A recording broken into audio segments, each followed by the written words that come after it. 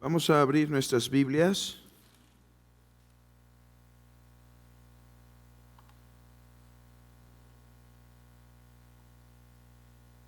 en Segunda a los Corintios, capítulo 1.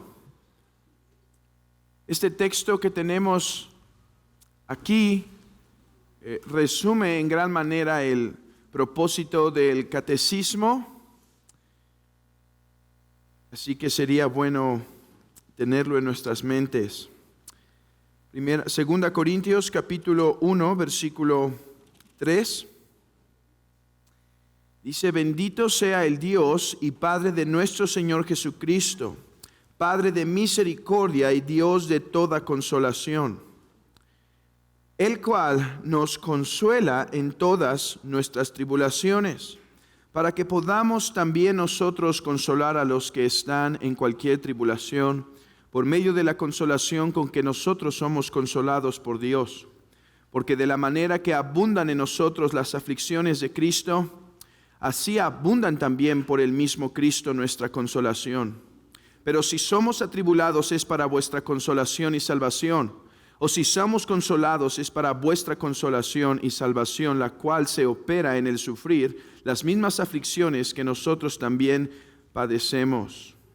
Y nuestra esperanza respecto a vosotros es firme, pues sabemos que así como sois compañeros en las aflicciones, también lo sois en la consolación. Bueno, se supone que después de una introducción continúa ya el material tal cual. Después de introducirnos debemos ir al contenido. Pero después de nuestra primera introducción tendremos hoy una segunda introducción. Y sé que no sé a cuántos les gustan las introducciones. No sé cuántos pasan en su lectura de libros, pasan las introducciones, los prefacios, pero realmente las introducciones son muy útiles. Sí, yo también ya quiero llegar a la primera pregunta del catecismo de Heidelberg, pero no obstante, las introducciones siempre son buenas y útiles. Y aquí me gustaría continuar exponiendo algunos aspectos históricos, algunos aspectos de la formación del catecismo que vamos a estar usando. Y es que, como expliqué la semana pasada, aunque el catecismo de Heidelberg va a ser el catecismo principal para nosotros, y es aquel catecismo que yo animo a que memoricen, no obstante, vamos a estar acompañando o ayudando este catecismo, si se quiere, con el catecismo llamado ortodoxo. Realmente nuestra guía es el catecismo de Heidelberg porque el lenguaje es más... pienso que es más tradicional en algunos puntos. Además que el editor del catecismo ortodoxo hizo unas modificaciones de preguntas, cambió algunas preguntas, pero me agrada más el orden del original. Él hizo esos acomodos por cuestiones pedagógicas. Algo veía en su iglesia que él pensó que era mejor cambiar algunas preguntas en el orden. Pero pienso que el orden del catecismo de Heidelberg es mejor. Entonces, si el catecismo de Heidelberg es tan bueno, tan excelente que vamos a estar utilizando, pues ¿por qué acompañarlo con el catecismo ortodoxo? Bueno, es que recordemos que el catecismo de Heidelberg fue formado con convicciones paidobautistas. ¿Qué quiere decir paidobautismo? Paidos quiere decir niños, bautismo de niños. Los que fueron los creadores de este catecismo tenían la convicción que los niños debían ser bautizados, los hijos de los creyentes, me refiero. Entonces, el editor del Catecismo Ortodoxo, que siempre han afirmado pertenecer a la tradición reformada, tomó este excelente catecismo y lo bautizó. O sea, corrigió aquellas preguntas en el catecismo que manifiestan convicciones paidobautistas y más bien injertó en el catecismo las convicciones y teología bautista. ¿Queda claro? Esto es la diferencia entre el catecismo ortodoxo y el catecismo de Heidelberg. La diferencia está en que tomaron este catecismo tal cual como fue recibido, pero cortaron aquellos lugares en donde ellos pensaban sus hermanos presbiterianos estaban errados. Eso fue lo que sucedió. Así que en esta lección, hermanos, me gustaría dar algo de la historia del catecismo ortodoxo. Mi propósito con dar esta historia del catecismo ortodoxo es doble. En primer lugar, es para seguir levantando nuestro apetito sobre el catecismo que vamos a estar teniendo. Es para que sigamos viendo los temas que vamos a estar conociendo, las bendiciones que vamos a recibir de meditar en este catecismo y demás. Ese es el propósito que tengo con esta introducción histórica. Es seguir despertándonos, seguir dándonos dirección sobre qué temas vamos a estar viendo y cuáles son las ayudas que nos va a dar el catecismo. Pero en segundo lugar, me gustaría también transmitir algo de nuestra historia, porque es muy poco conocido entre nosotros la historia de los así llamados bautistas particulares. En el tiempo de la Reforma Protestante,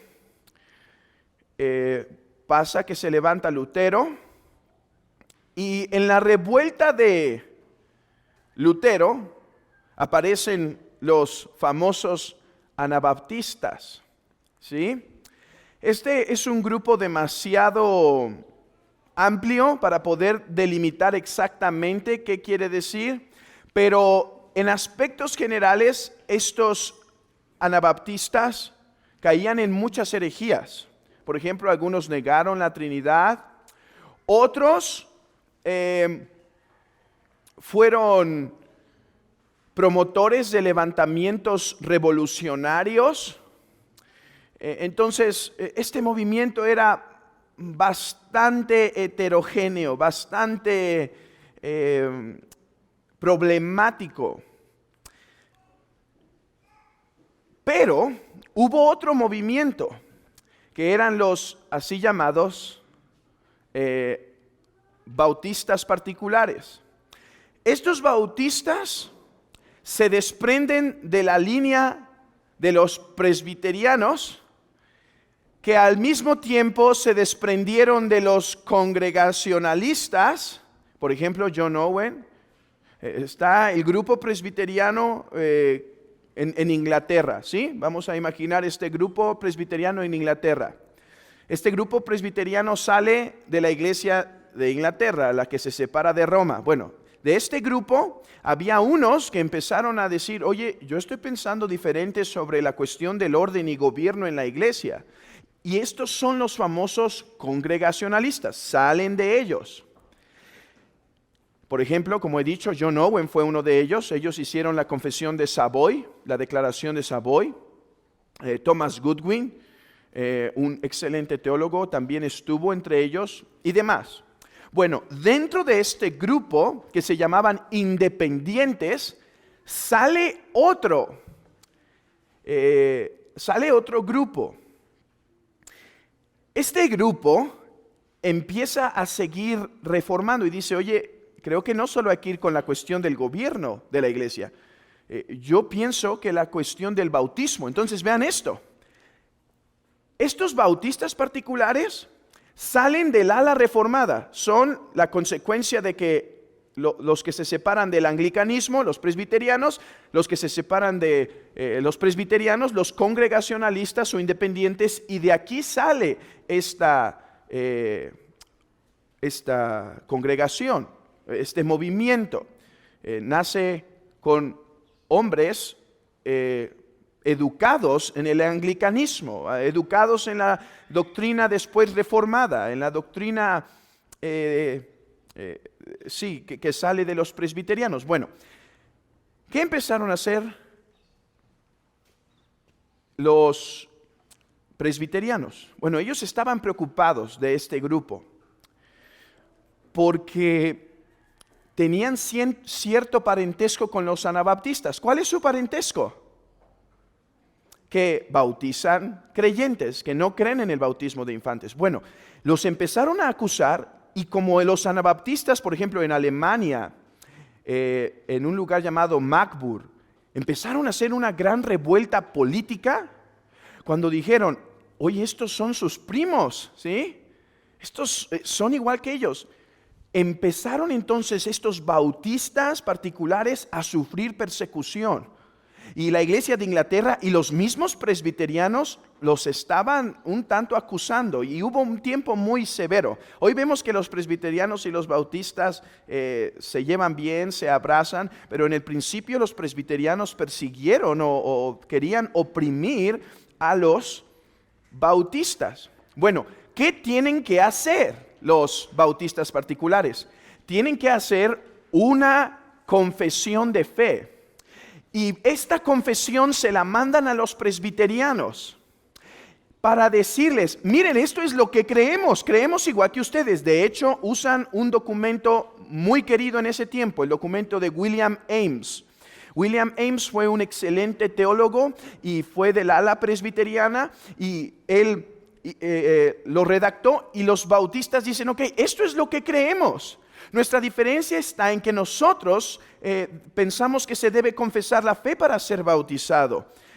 Y estos mandan esta carta, que es la famosa confesión la primera confesión de los bautistas, en 1644. Ok. Es de ese movimiento que nosotros solemos decir que somos bautistas. No del ala anabaptista hereje, que en la mayoría hubo buenos hombres anabaptistas, ¿sí? Pero muchos de ellos no estaban nada bien, tenían muchos problemas teológicos, graves problemas teológicos. Por ejemplo, más bien, ¿quiénes son de la línea de los bautistas? Bueno, movimientos como menonitas, amish, cuáqueros. Ellos vienen del ala arminiana anabaptista, pero nosotros afirmamos venir y confesar la misma fe de estos bautistas particulares. Hermanos, este término se les dio mucho después. Ellos no se consideraban bautistas particulares. ¿Saben cómo se consideraban ellos? Independientes, como el mismo John Owen. De hecho, John Owen y otro que estuvo dentro, Thomas Goodwin y otro más, cuando estaban dentro haciendo la confesión de Westminster, más o menos empieza o se concluye en el 1646, cuando están haciendo esa confesión, Thomas Goodwin y ellos intentan apelar por sus hermanos presbiterianos. De hecho, es por eso que llega este documento. Parece que lo que hace John Owen es decirles, preparen su material. Y después vemos que John Owen y los bautistas particulares tuvieron mucho en común. Ahora, ¿por qué no desaparecieron los bautistas particulares? Bueno, porque llegó, esto no estaba en las notas, pero creo que va a ayudar como contexto. ¿Por qué no desaparecen? Bueno, es que llega al poder, y esto vamos a ver algo en un momento, llega al poder Oliver Cromwell. Bueno, pasa que hay una guerra civil en Inglaterra, y llega al poder Oliver Cromwell. Ok, Oliver Cromwell tenía convicciones como John Owen, de hecho John Owen era su, ¿cómo se dice al capellán. Era el capellán del ejército de Cromwell. Cromwell fue un presbiteriano muy inclinado también creo que al paidobautismo y demás. Y cuando llega al poder, los presbiterianos decían, ok, ya va a quitar el anglicanismo, el romanismo, los bautistas y va a instaurar la iglesia presbiteriana como la iglesia del Estado. Esto hay que entenderlo. La primera confesión de Westminster de 1646 cree que el Estado debe imponer la religión cristiana. Algo que los independientes nunca pensaban. No, debe haber libertad de culto, no puedes imponerlo. No somos como en Israel, ya no hay eso. Bueno, Cromwell llega al poder y ¿qué creen que pasa? Dice, no presbiterianos, no voy a imponer el presbiterianismo, voy a dar libertad para que todos puedan confesar su fe. Bueno, ahí es donde se puede formular y empieza a crecer los bautistas particulares, lo que nosotros llamamos. Bueno, de esta historia, hermanos, nosotros hoy en día conocemos muy poco, pero es nuestra herencia. Por lo tanto, al dar el catecismo ortodoxo, quiero tomar la oportunidad de hablarles al menos de uno de esos hombres.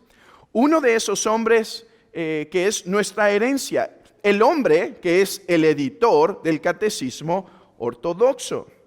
Y es que cuando el catecismo de Heidelberg es editado y después llega unos, casi son 100 años después, ¿sí? Porque ¿cuándo fue editado el catecismo de Heidelberg? ¿Quién recuerda? 1563. Este catecismo es editado en el tiempo que Hércules Collins está encarcelado. Es más del 1660. Entonces, casi 100 años. Lo que hace es tomar este hermoso catecismo y adaptarlo para sus iglesias. Por eso dice James Rinningham, aunque está explícitamente escrito desde la tradición paidobautista, este catecismo de Heidelberg, su hermoso lenguaje devocional y sus expresiones precisas de las cosas profundas de la fe cristiana han sido amados en muchas diferentes comuniones eclesiásticas. Pocos se dan cuenta hoy de que ha desempeñado un papel importante en la vida de los bautistas, y vamos a demostrar por medio de Hércules Collins cómo este catecismo tuvo un impacto tan importante. Así que comencemos a hablar algo de Hércules Collins. Bueno, Collins nace en 1646, el mismo año que se formula la Confesión de Westminster, 1646. Apenas 2 años antes, Benjamin Cox y Samuel Richardson estaban entregando panfletos, folletos, afuera de la Cámara de los Comunes.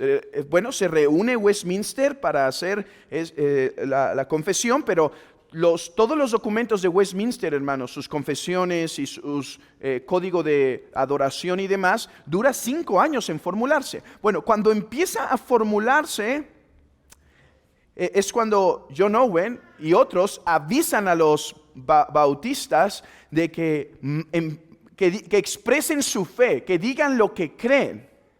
Y es por eso que estaban repartiendo folletos afuera de la Cámara de los Comunes, para que cuando estos teólogos se metieran a hacer la confesión, los consideraran un poco. Bueno, la confesión era tan reformada que algunos de los presbiterianos que fueron llamados cazadores de herejes, así se llamaban a sí mismos, somos los cazadores de herejes, algunos de ellos dijeron, no, es que esto es tan excelente que seguro nos deben estar mintiendo. ¿No creen esto? Solo nos están poniendo esto para pensar que sí, y los dejemos que se sigan esparciendo. O sea, tan reformada era la doctrina que se expresaba en ese documento que creían que era un engaño.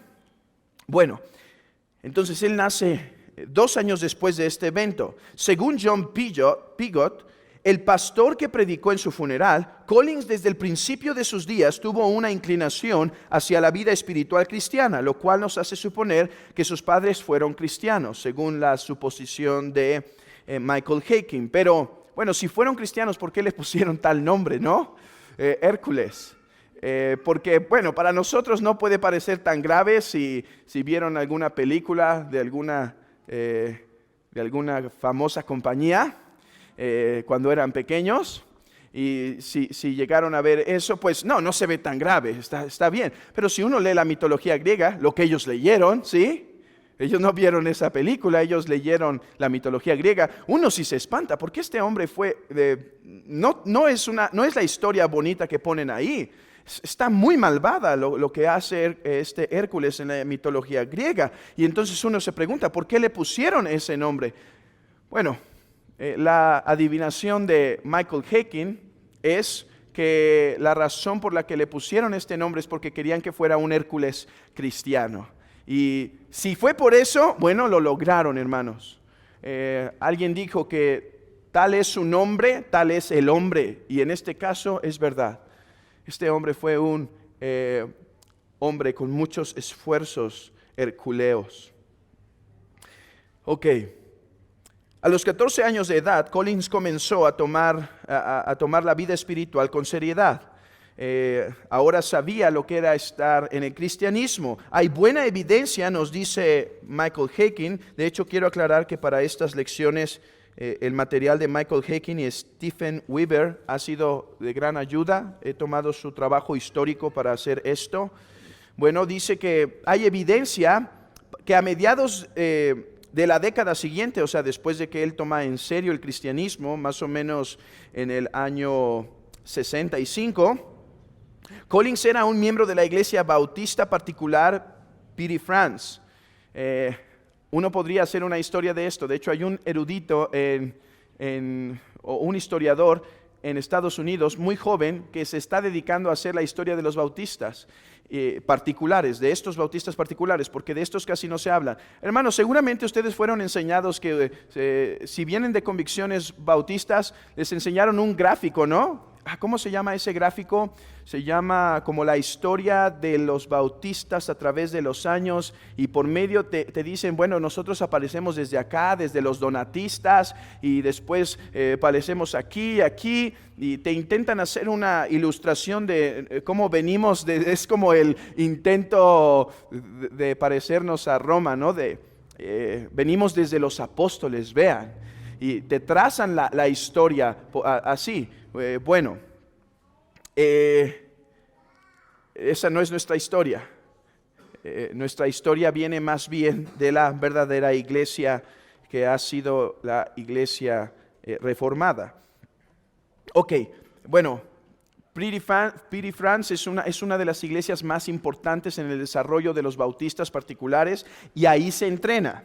Bueno, si es así, él pudo haber recibido algún entrenamiento pastoral en la congregación desde los pastores. Desde septiembre de 1675 en adelante fueron William Collins, que había tenido un entrenamiento universitario, y Nehemiah Cox.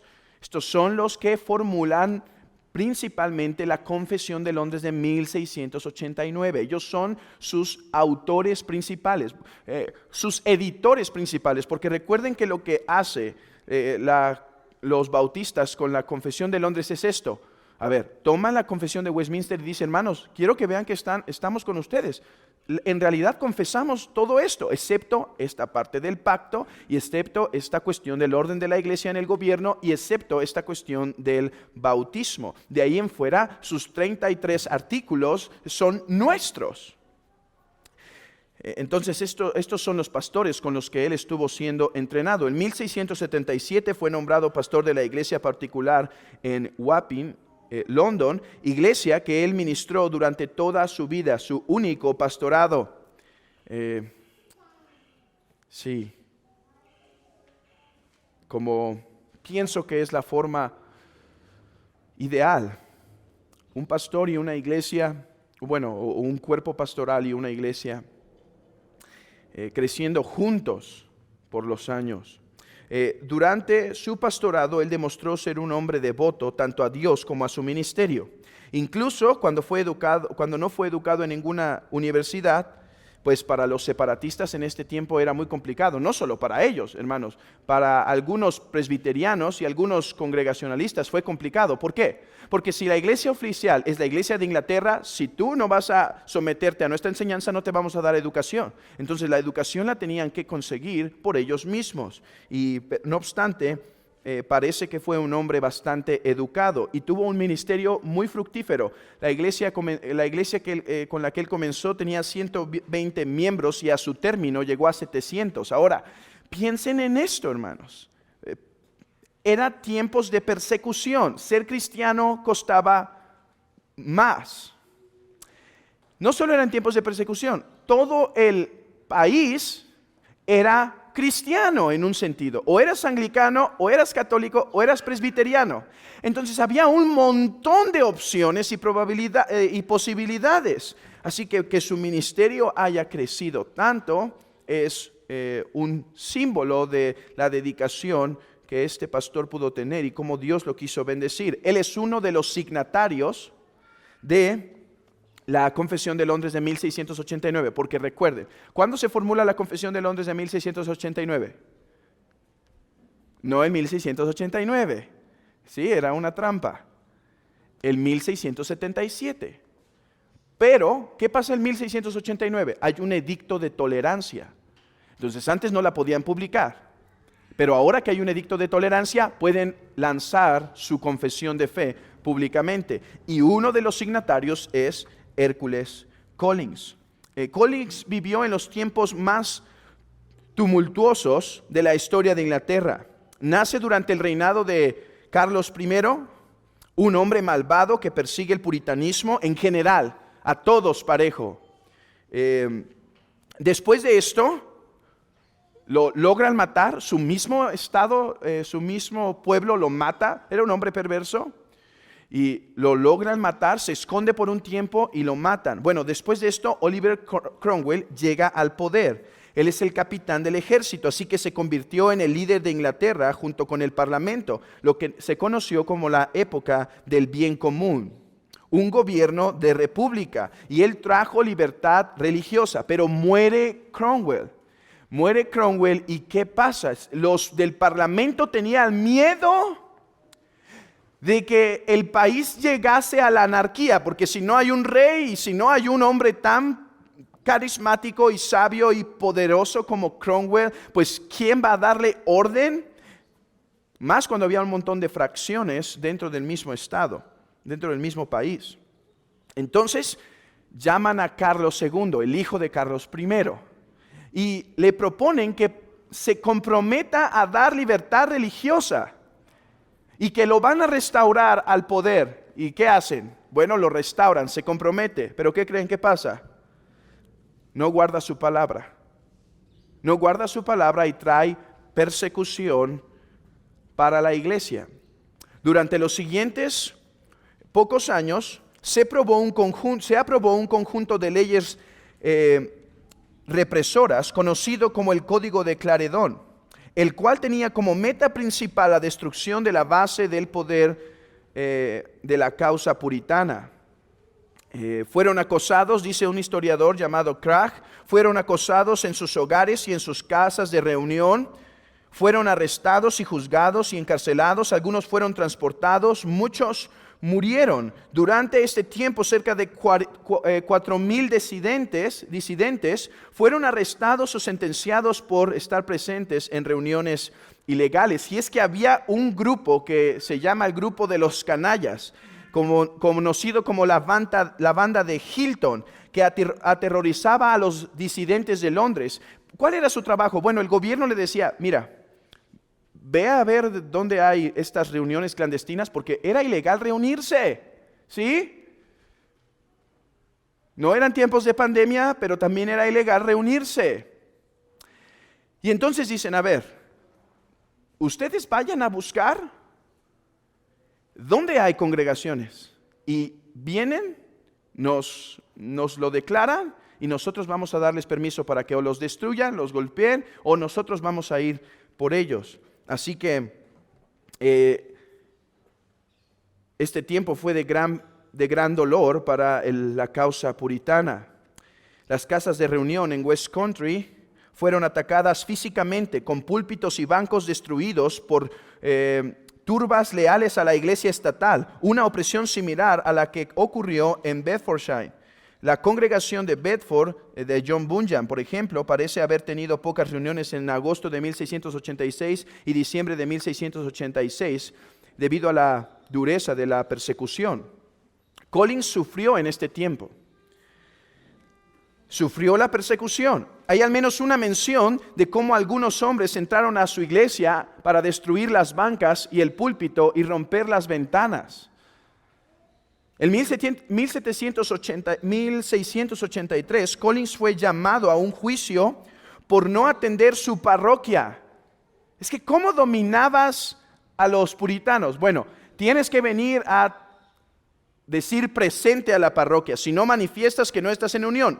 Y si no estás en unión, seguro estás haciendo una reunión. En 1684 fue encarcelado por no cumplir la ley de las 5 millas. ¿Qué era esta ley de las 5 millas? Bueno, decía esto: pastor, si tú llegaste a ser ministro, bueno, ahora no puedes vivir cerca de tu iglesia, al menos 5 millas de distancia. Esto era para entorpecer sus caminos y que ya no fuese un servidor de esta iglesia. Miren más o menos, déjenles leo algo de esta situación. Dice, el acta de corporación de 1661 exigía que una persona tuviera que haber recibido el sacramento de la Cena del Señor en la iglesia de Inglaterra durante el último año para poder ser candidato para algún puesto gubernamental. O sea, había opresión, aún ya no podían desarrollarse como miembros de la sociedad. De hecho, eran llamados hombres de segunda clase en un sentido, como en la iglesia temprana. También se les exigía a los candidatos tomar los juramentos de lealtad y supremacía al rey de Inglaterra. El acta de uniformidad en 1662 resultó en la expulsión de aproximadamente 2,000 ministros puritanos de sus púlpitos, ya que exigía una suscripción completa al libro de la oración común. Y como no lo hicieron, fueron despedidos, o sea, los obligaron a salir de sus congregaciones. Y tenemos varios sermones de esos. Se llaman los sermones de la gran expulsión, en donde se despiden de sus iglesias de una forma tan tierna y diciendo, quizá no los voy a volver a ver. Otros se siguieron reuniendo y fueron encarcelados. La mayoría de los ministros puritanos dimitieron, esto es, prefirieron salirse, en lugar de ajustarse a estas exigencias. El acta de conventículos prohibía la reunión de 5 o más personas para la adoración religiosa si no era en la iglesia de Inglaterra. Esto en esencia prohibía las iglesias disidentes. El acta de las 5 millas en 1665 prohibía a todo predicador o maestro inconformista acercarse a menos de 5 millas de una ciudad en la que hubiera servido anteriormente como ministro o de cualquier ciudad incorporada. Cada una de estas actas tenía el propósito de erradicar tanto a los disidentes como católicos. Los bautistas se vieron especialmente afectados por estas leyes, ya que hacían ilegales su culto. Bueno, y tenemos dentro de sus minutas las siguientes palabras: por la providencia de Dios, nuestro pastor Hércules Collins fue llevado y hecho prisionero en Newgate. Esta persecución, hermanos, no se quedó lejos de Hércules Collins. Fue llevado a la cárcel. Esta cárcel se quemó, la tuvieron que reconstruir, pero era una cárcel con una condición de vida tan deplorable que la gente moría en ese proceso. Varios ministros conocidos puritanos de Londres fueron arrestados en esas semanas que siguieron a la aprobación del acta de conventículos, incluyendo Thomas Manton, Richard Baxter, John Owen y Thomas Goodwin, junto con bautistas particulares como William Kiffin, Hansen Knowles, Edward Harrison y Hércules Collins. También estuvo en este tiempo arrestado. Y en este tiempo muere un hombre de 70 años, un pastor, el cual dijo Hércules Collins, su crimen fue adorar a Dios con una libre conciencia. Y cuando muere, él escribe una carta a su iglesia, un sermón, precioso sermón. En ese sermón usa un texto de Job, en donde dice, hermanos, tengan consuelo. Yo estoy bien, yo voy a seguir predicando, voy a seguir proclamando la verdad, aunque esté aquí, porque si mis prisiones sirven para el avance del reino, que así sea, manténganse firmes y sean consolados con esto. Y el texto de Job es, dice que los malvados serían juzgados y aplastados por la vara del Señor, pero que algún día los justos serían redimidos y rescatados. Y de esta forma intenta alentar a su iglesia, aún en sus prisiones, intentando alentarles, e intentando consolarles. Después de este tiempo del edicto, se hizo un edicto del acto de tolerancia y se autorizó, aunque todavía con mucha persecución y hostilidad, pero se permitió que los bautistas particulares pudieran formar su comunidad. Es en este contexto que se forma o se publica la Confesión de Londres de 1689. Bueno, este es el autor del catecismo, el editor. Y lo que me gustaría hacer, habiéndoles presentado este carácter tan imitable, esta persona tan devota, es tomar el catecismo ortodoxo, el prefacio del catecismo ortodoxo, y con las características que hemos visto de Collins, ver cómo lo que él quería era formar a su iglesia en las cosas que él había experimentado: educación teológica, formación del carácter, consolación en los días de la prueba. Veamos algunas partes de este prefacio. Bueno, Hércules Collins, hermanos, vivió devoto a Dios y devoto a la iglesia. Su preocupación era la iglesia, hermanos. Su preocupación era establecer el cuerpo local de Cristo. Por eso es que sirvió tanto tiempo esa única iglesia, porque le importaba edificar un templo para Dios. Entonces, lo primero que debemos ver es que este deseo de edificar fue realizado por medio de su catecismo. Él toma el catecismo porque sabe que la iglesia necesita los fundamentales de la fe. Él toma el catecismo porque conoce que la iglesia necesita tener una base teológica. Vean lo que dice el catecismo. Y puesto que el día en que vivimos es muy sombrío y oscuro, lleno de error y herejía, a través de los esfuerzos infatigables de los que la mantienen, o sea, los perseguidores, como una lepra desbordante y carcome como úlcera. Y dice, por eso estoy presentando este catecismo, porque la herejía es común, porque nos intentan confundir, porque nos llevan hasta el punto de negar nuestra doctrina, pero quiero que la conozcan bien para que tengan valor de confirmarlas. Y eso nos lleva al segundo punto del prefacio. No solo era hacerles conocer doctrina para que estuvieran bien educados, algo que siempre es necesario hacer, hermanos, sino que lo hacía para que tuviesen fuertes convicciones, para que tuviesen celo.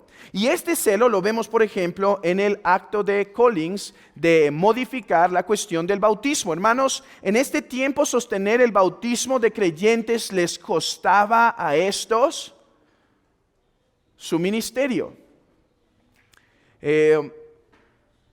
Hoy lo que más nos puede costar mantener el bautismo de creyentes por sostener la Biblia y defender lo que la Biblia dice es tener algún rechazo de algunos hombres que piensan que han comprado el dominio de presbiterio de reformados. Y es lo más. Algunos que tienen, yo llamo problemas existenciales con eso. Pero es lo máximo. Pero a él le costó su ministerio, le costó su encarcelamiento. Y hermanos, en este catecismo vamos a ver las convicciones bautistas. Por ejemplo, dice, en lo que es escrito, verán concuerdo con los teólogos más ortodoxos en los principios y artículos fundamentales de la fe cristiana, y también lo he expresado con diligencia en las mismas palabras. Vean lo que está diciendo. Quiero que vean que nos estamos uniendo a la fe reformada. ¿Sí? Y uso hasta las mismas palabras que se han dicho en la misma ocasión, solo difiriendo en algunas cosas sobre la constitución de la iglesia, donde me he esforzado un poco en mostrarles la verdadera forma de la casa de Dios con su entrada y su salida. Además, Collins quería iluminar la mente y transformar la vida de los creyentes por medio de este catecismo. El problema de la persecución en el tiempo del catecismo solo era una parte de la situación. Había otro gran problema en Inglaterra. ¿Cuál era el gran problema? Una cuestión de inmoralidad tremenda. Miren lo que dice Benjamin Keach, que vivió en el tiempo de Hércules Collins. Dice, ¿alguna vez fue tan común la sodomía en la nación cristiana? ¿O cometida tan notoria y frecuentemente, como parece ser por evidencias demasiado notorias, en esta ciudad y sus alrededores, a pesar de la clara luz del Evangelio que brilla en ella y de los esfuerzos realizados para reformar la abominable profundidad que abunda? ¿No es sorprendente que la paciencia de Dios no nos haya consumido en su ira antes de tiempo? ¿Alguna vez llegó a un punto las maldiciones, la blasfemia, la prostitución, la borrachera, la glotonería, el egoísmo y la codicia como en este tiempo? Esta era la situación de la iglesia, una situación sumamente dañina. Una situación moral, hermanos, y cuando leía este prefacio, realmente decía, ¿y cuál es la diferencia entre la condición en la que tenemos hoy en día en nuestro mundo? ¿Cuál es la diferencia con nosotros? ¿En qué nos distinguimos en esto socialmente? Más bien, tenemos la misma situación. Entonces, lo que quería hacer Collins con este catecismo no solo era poner doctrina, no solo era dar convicciones bautistas, lo que él quería hacer también con este catecismo es transformar la vida moral. Vean lo que dice en su prefacio. También al considerar que es un tiempo de gran decadencia en el amor a Dios y de uno al otro, también de esas verdades del Evangelio, la menor de las cuales es más valiosa que nuestras vidas, también que ustedes puedan estar mejor arraigados, fortalecidos y firmes en la roca y fundamento seguro de la salvación, los méritos de Cristo, en oposición a las obras pobres e imperfectas de la criatura impotente. Así que él dice, aquí no solo se nos enseña cómo creer la doctrina, sino cómo ser buenos moralistas. Y esto es importante. No solo, hermanos, debemos creer doctrina, debemos vivirla. Y él dice, con este catecismo, mi deseo es que su conducta sea reformada. Mi deseo es que su conducta sea transformada, puedan experimentar un cambio, que la palabra los esté transformando a través de ella. Miren lo que dice, espero que se tomen un poco de tiempo para vivirlo. Y luego que lo hagan con seriedad y vigilancia, léanlo humildemente y frecuentemente, léanlo con oración y meditación. Entonces estoy seguro de que si eres un cristiano verdadero, lo amarás más y más. Él dice, en realidad no es mi trabajo, es el trabajo de estos hermanos. Y es tan precioso que si ustedes lo pueden leer continuamente, meditar continuamente, lo van a amar más. Y en este proceso ustedes serán transformados. Hermanos, esto es un punto en lo que necesitamos más presión en nuestros días, necesitamos más énfasis, y por eso el catecismo ortodoxo, junto con el catecismo de Heidelberg, será de gran ayuda para nosotros. Porque creo, hermanos, que se pone poca atención a la necesidad de ser buenos, vivir las buenas obras. Se pone poco énfasis en la importancia de vivir la vida cristiana hacia el exterior. Cierto, no somos salvos por obras. El hombre no se justifica ante Dios por las obras de la ley. No obstante, aunque no somos salvos por obras, somos llamados a ser celosos. Somos llamados a vivir la fe cristiana. Y en último lugar, y con esto concluimos este breve recuento histórico. En último lugar, Collins escribió este catecismo para prepararlos en el día de la prueba. Se vivían días difíciles en Inglaterra. El propósito de Collins era preparar los corazones para cuando venga el día de la prueba estén preparados para ello. Miren las palabras que decía Collins. Si nos persiguen por nuestra conciencia, espero que Dios nos dé esa gracia para que nos pueda capacitar para sufrir pacientemente por la causa de Cristo. Dice, ok, nos están amenazando, están haciendo estos edictos, estos actos de conformación, bueno, mi oración es esta. No me voy a echar para atrás, solo espero que Dios nos dé la gracia para mantenernos firmes. Hermanos, qué grande parecido es la época de Collins y la nuestra. ¿Hay necesidad de ser educados doctrinalmente? En los básicos de la fe, en las cuestiones sencillas. ¿Hay necesidad de ser fomentados en nuestro celo? Hermanos, celo por la doctrina es algo en lo que debemos crecer. Celo en la doctrina y celo en nuestra vida. Hércules Collins era muy celoso, pero también aprendía a tener este celo con irenismo, o sea, una actitud abierta cuando era necesario. Déjenme poner 2 ejemplos de esto. Cuando le dijeron a Hércules Collins, ¿te sometes al anglicanismo o te echamos a la cárcel? Collins dijo, échenme a la cárcel. No voy a negar los esenciales de la fe por causa de ustedes. Échenme a la cárcel. Bueno, ahí vemos celo.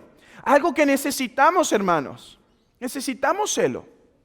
Necesitamos celo para nuestra vida cristiana. ¿Y qué nos va a dar el celo? Bueno, la doctrina comprendida con el Espíritu Santo, la doctrina con la obra de iluminación del Espíritu Santo, eso nos va a dar celo. Hércules era tan celoso que cuando estaba en la cárcel, la iglesia empezó a pedir que algún buen hermano de la iglesia pudiese oficiar la cena del Señor porque no se había oficiado desde que él se había ido. Y él escribe sorprendido y diciendo, ¿cómo se les ocurre pensar que alguien que no es ordenado puede oficiar la cena del Señor? Es imposible que eso suceda. No debe ser así. Dios puso a los ministros. No era la postura de todos en ese tiempo, pero de Collins sí. Y dijo, deben retraerse de eso. Pero ¿qué creen que hace su iglesia? Dice, hermano Collins, es que son 2 años. Necesitamos la Santa Cena. Y aquí es donde digo, tiene un celo, pero también acompañado por un irenismo. Y él dice, ok, vamos a hacer esto. Cuando salga, vamos a tener una plática en la iglesia. Y en la plática yo voy a exponerles mi caso y ustedes me exponen su caso. Si después de que lo expongo todavía creen que no solo un pastor puede ofrecer la cena del Señor, sino también otro, ¿por qué era importante, hermanos, que se resolviera esto? Bueno, ya iba a salir Collins, pero en cualquier momento las cosas podían cambiar, ¿no es cierto? Entonces necesitaban que esto se estableciera. ¿Qué creen que pasa con la iglesia? Bueno, la iglesia dice, no nos convences. Creemos que en casos de urgente necesidad pueden otros hermanos de buen testimonio ofrecer la cena del Señor. ¿Y qué hizo Collins? No se fue enojado, dice, ok, no es mi convicción, pero respeto, si es la de la común acuerdo de la iglesia, yo me someto a ese punto. Hermanos, tenemos una situación donde necesitamos ser educados teológicamente, donde necesitamos crecer en nuestro celo. Además estamos en un mundo, hermanos, sumamente depravado. ¿No es verdad? ¿Cómo está nuestra sociedad? Hermanos, vamos hacia el hoyo socialmente. La cuestión sexual está por los suelos, la cuestión moral está por los suelos. ¿Qué necesita la iglesia en este tiempo? Ser alentada y ser exhortada para que vivamos una verdadera vida cristiana y al vivirla podamos ser una luz y no seamos contaminados. Algo que es muy probable cuando la mundanalidad es tan fuerte. Y en último lugar, hermanos, Collins vivía en tiempos de incertidumbre y prueba. Ya lo vimos.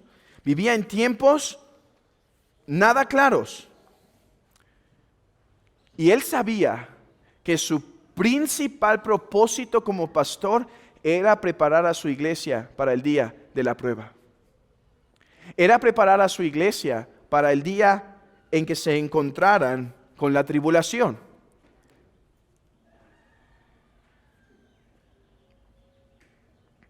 Y este catecismo serviría este mismo propósito. consolar a la iglesia para que cuando venga el día de la prueba esté fuerte.